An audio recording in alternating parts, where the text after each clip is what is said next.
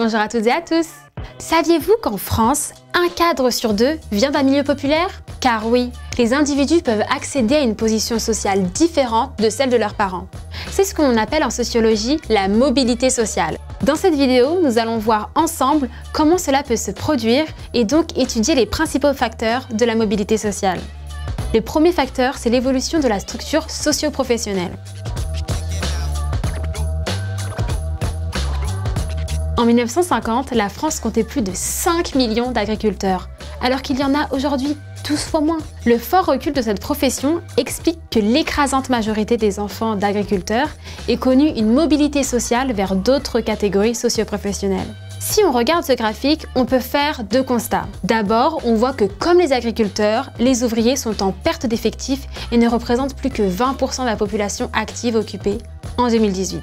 Ensuite, on relève que la part des employés et des cadres est en constante augmentation. Les employés constituent d'ailleurs le premier groupe social en termes d'effectifs avec environ 27% du total en 2018.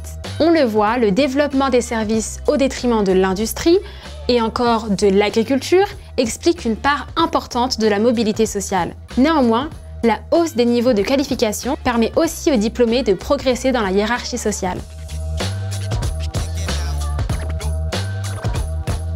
À partir des années 80, la démocratisation scolaire a permis aux enfants des classes populaires d'accéder au diplôme. Au point qu'aujourd'hui, on compte près de 90% de bacheliers dans les jeunes générations. Ces enfants ont ainsi pu connaître une mobilité sociale ascendante vers des fonctions de technicien ou de cadre. Mais au-delà des diplômes, il faut aussi tenir compte de l'influence du milieu familial.